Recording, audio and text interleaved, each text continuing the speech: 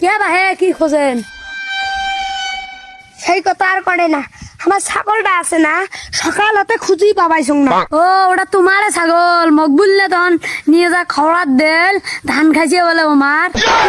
জাড়ুয়ে গোলামটা বাড়ির থেকে নিয়ে যা ছাগল খাওয়ার দিছে, খালি বাড়িতে যাং উয়ে একদিন নাহলে মোর 5 দিন। আজকে আবার কলজা চড়ি ঘটা ঘটা করে ওই লোক ছেলে কত ধানের কত চাউল।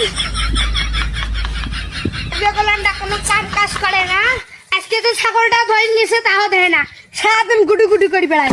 জাড়ুয়ে গোলামটা এসে মারার নিন পাঠাইছে, থাম তোক নিন দে পালাং।